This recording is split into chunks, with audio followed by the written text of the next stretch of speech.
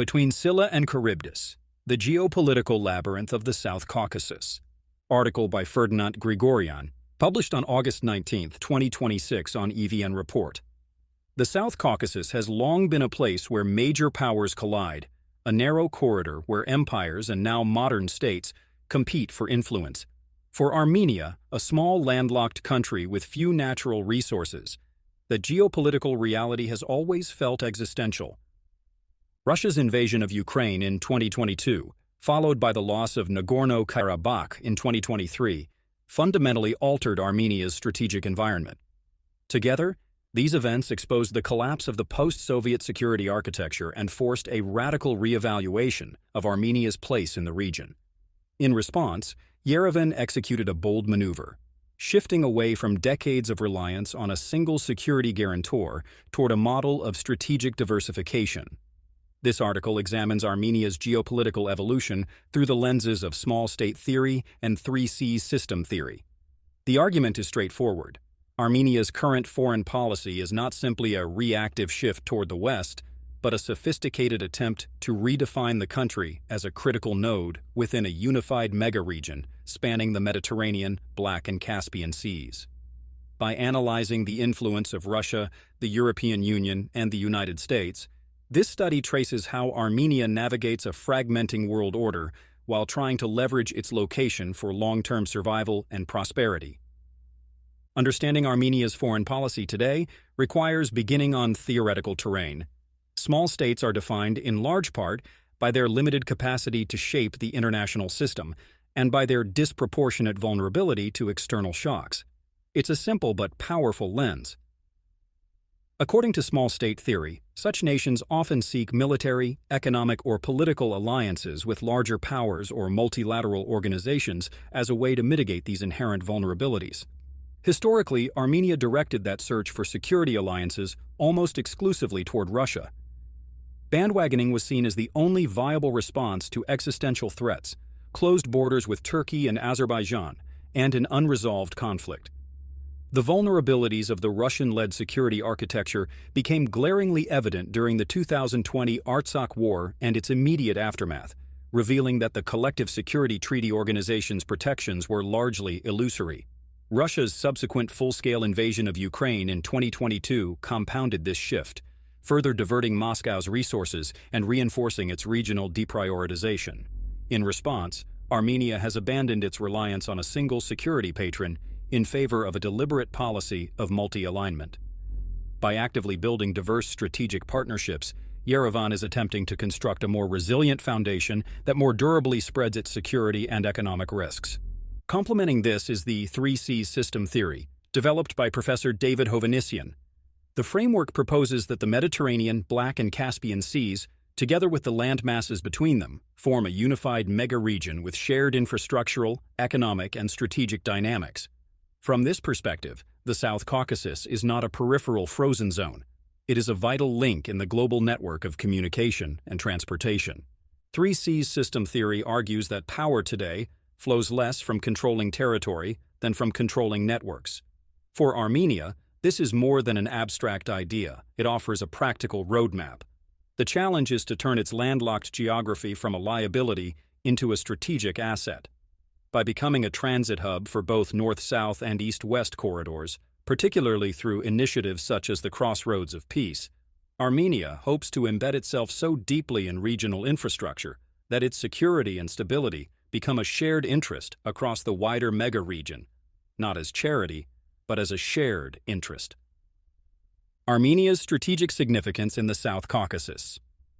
Armenia's geography is an accident of history, a hinge between Europe and Asia. That position is both a source of vulnerability and a rare advantage. The country sits at the intersection of the Christian West, the Islamic South, and the post-Soviet North, regions whose interests sometimes converge but often collide. Then came 2023. The loss of Nagorno-Karabakh carried an immense human and national cost. Yet, viewed strictly in strategic terms, it also reshaped Armenia's calculations. A long-standing obstacle to deeper regional integration had disappeared. What remained was a clearer strategic landscape and fewer excuses for delaying difficult choices. From the Three Seas system perspective, Armenia's security is inseparable from the stability of the Black Sea basin. The annexation of Crimea and the subsequent full-scale invasion of Ukraine have turned the Black Sea into a zone of intense NATO-Russia confrontation. As a small state within this system, Armenia is directly impacted by the chaos that Hovhannissian describes as a feature of competition between global infrastructure projects. Whether it is the Chinese Belt and Road Initiative, the Western-backed Middle Corridor, or the Russian-Iranian North-South Transport Corridor, Armenia's territory remains a potential missing link that all parties seek to influence. The signing of the Washington Accords on August 8, 2025, and the introduction of the Trump Route for International Peace and Prosperity (TRIP) mark a new phase in this competition. Far from serving as a mere regional bridge between Azerbaijan and Turkey, TRIP is positioned as a critical node in the Trans-Caspian Middle Corridor. Its strategic utility lies in its ability to link European markets to Central Asia through Armenian territory. If everything holds, the Three Seas potential could finally be unlocked, a continuous transport corridor running from the Caspian all the way to the Mediterranean. That is the vision, at least. For Armenia, the question is where the real weight of these projects will fall. Will they respect the country's sovereignty and deliver tangible economic benefits? Or will they become instruments of larger powers, designed to bypass one another while leaving Yerevan little more than a transit route? The answer is not yet written, but the stakes could hardly be higher. The influence of major powers, Russia, the United States, and the EU. To understand why allegiances are shifting across the South Caucasus, you have to start by looking at Armenia's relationships with the major global powers. The steady decline of Russian influence, the assertive push from the United States, and the expanding normative reach of the European Union are unfolding simultaneously. Together, these competing geopolitical vectors exert a triad of pressures on Yerevan, forcing Armenian foreign policy to navigate a highly volatile environment with zero margin for error. The Russian Federation, from guarantor to competitor. For 3 decades, Russia was the foundation of Armenian security. The 102nd Military Base in Gyumri and Armenia's membership in the CSTO were understood as the ultimate deterrents, positioning Moscow as the primary counterweight to the existential security threat posed by Turkey and Azerbaijan. Then came the Russian-Ukraine War, which fundamentally shifted Moscow's strategic priorities. To sustain its war effort and circumvent Western sanctions, Russia began prioritizing its relationships with Turkey and Azerbaijan, both key transit and energy partners. From Yerevan's perspective, the result looks like a strategic abandonment. The signs were not subtle. Russia failed to intervene during the 2021 border incursions. When the Nagorno-Karabakh Republic dissolved in 2023, Moscow stood aside. This marked the end of what had been a security alliance. Armenia responded by beginning a de facto withdrawal from the CSTO, freezing its participation and looking elsewhere for military suppliers. France and India have stepped in, but the transition carries real risk. Russia still holds considerable economic leverage over Armenia, including control over energy infrastructure and railway systems. The Three Seas system theory offers a way to interpret Moscow's reaction. It suggests that Russia views Armenia's reorientation as more than a straightforward political betrayal. It is a threat to Russian control over the vital communication lines that connect the Caspian and Black Seas, a loss Moscow is unlikely to accept quietly. The United States and the TRIP initiative. The U.S. has shifted into a mediating role in the South Caucasus, largely occupying the space Russia vacated as it became consumed by Ukraine. The Washington Peace Summit in August 2025 marked a turning point. President Donald Trump hosted the leaders of Armenia and Azerbaijan, and the parties signed a comprehensive normalization framework. Central to this American approach is TRIP. It is more than a transportation project, though it is that as well. Think of it as a geopolitical instrument designed to draw the South Caucasus into the Western economic orbit. The logic is straightforward. By opening trade between Azerbaijan, Armenia, and Turkey, the United States aims to build a stable pro-Western corridor that bypasses Russia to the north and Iran to the south. For Armenia, TRIP cuts both ways. On one hand, it offers a path out of economic isolation. On the other, it risks tying Yerevan's economic infrastructure to a new network of strategic partners whose long-term commitment to the region may shift with the tides of domestic politics. None of this comes without cost. Still, the direction is clear. America is no longer a distant observer in the South Caucasus. It is becoming an active architect of regional connectivity. The European Union, normative power and institutional integration. The European Union's relationship with Armenia has undergone a quiet but significant transformation. What once amounted to development aid has evolved into something closer to a soft security role.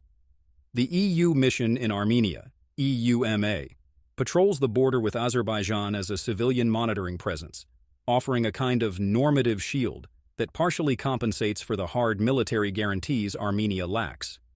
The Armenian Parliament's 2025 Declaration of Intent to apply for EU membership is more than a geopolitical calculation. The EU's influence here rests on the logic of the 3Cs framework: connectivity and shared values. Through the Eastern Partnership and various investment programs, Brussels is working to bring Armenia's regulatory and infrastructural standards into line with European norms. The aim is to make Armenia more attractive to global investors and more resilient against external pressure.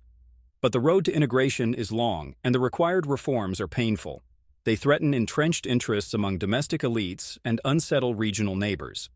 None of this comes without cost, yet the direction is clear. Europe is not just a partner for Armenia, it is becoming a structural anchor. The New World Order, Armenia's role in a fragmented system. The Russia-Ukraine war has accelerated a trend that was already underway. The old, rules-based international order is fraying, and competing regional blocs are rising in its place. Against that backdrop, the 3C system can be seen as a smaller mirror of the broader struggle over who controls connectivity. Armenia, meanwhile, finds itself as a pivotal small state, not powerful on its own, but capable of influencing larger geopolitical projects if it plays its cards well. The core claim of the 3Cs system theory is that in a networked world, the state must adapt in order to endure.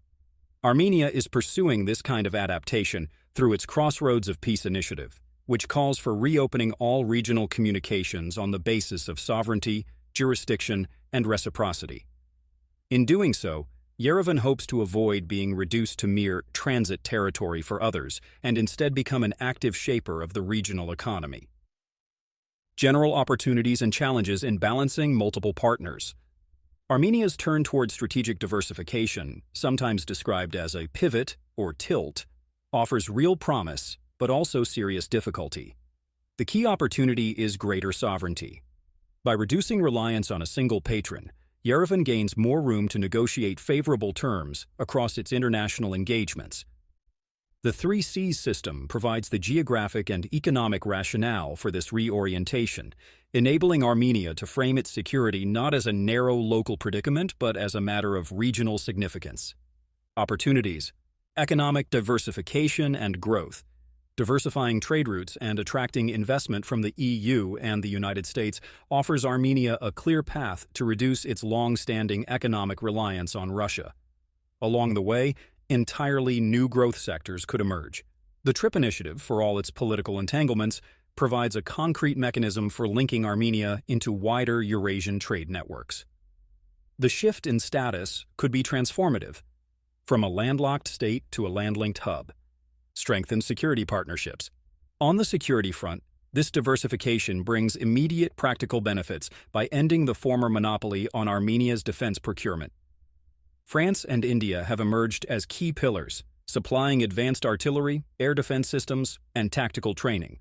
At the same time, cooperation with the United States has deepened, marked by the acquisition of American military technology and a critical memorandum of understanding aimed at developing Armenia's domestic defense industry. This multi-aligned procurement strategy extends further, encompassing specialized equipment from Belgium and the Netherlands, alongside targeted acquisitions of defense systems from non-Western actors like Iran and China. Together with the European Union's EUMA monitoring mission, which provides a crucial layer of border observation and confidence building, this broad supplier network significantly enhances Armenia's defensive capacity and reduces its vulnerability to singular external leverage. Democratic consolidation and institutional reform. Moving closer to Europe tends to bring steady institutional change rather than sudden upheaval. The EU's normative influence encourages democratic reforms, a stronger commitment to the rule of law, and credible anti-corruption efforts. As that momentum builds, Armenia can see greater political stability and better governance. Enhanced diplomatic leverage. This shift can also increase Armenia's diplomatic leverage. By cultivating a wider and more diverse circle of international partners, Armenia gains strategic breathing room it previously lacked. In regional negotiations, that can translate into a stronger starting position. Instead of simply absorbing decisions made elsewhere, Yerevan now has more capacity to shape its own course. Challenges: the security vacuum. Armenia's pivot away from Moscow is no longer a gradual process. The old security architecture has already collapsed. Crucially, Yerevan's evolving security calculus no longer views Russia merely as an unreliable guarantor, but increasingly as a source of insecurity. With the illusion of a Russian security umbrella gone, Armenia now operates in a fundamentally different strategic environment. Its growing network of partners, from Washington and Paris to New Delhi, can provide significant technological and logistical support. But because these relationships stop short of a formal defense alliance, Armenia must continue to absorb regional pressures as its multi-aligned security architecture takes shape. Economic dislocation and Russian retaliation. Economic risks remain substantial. Armenia's long-standing dependence on Russian trade and energy infrastructure leaves it vulnerable to asymmetric pressure. Yet the geo-economic environment is evolving faster than earlier expectations anticipated. This became clear in mid-2026 when Moscow imposed sweeping import bans on Armenian agricultural goods, brandy, and mineral water. Contrary to initial projections of prolonged dislocation, the coercive move prompted a rapid, institutionally robust response from the European Union. Through emergency autonomous trade measures that liberalized nearly 80% of Armenian exports, Brussels effectively granted the EU single market access to 99% of Armenia's fresh produce and more than 90% of its beverage exports previously destined for Russia. While Moscow still retains the capacity to use its market as an instrument of political pressure, the episode underscores a broader structural development. Trade diversification hurdles long cited as prohibitive are being overcome quickly through coordinated Western institutional engagement. Internal political polarization.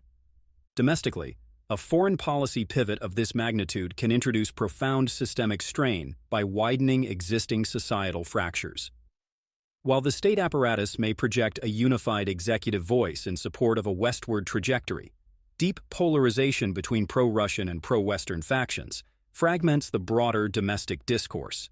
This absence of broad domestic consensus is a major obstacle to long-term strategic execution, as polarization continuously threatens the continuity of the state's grand strategy.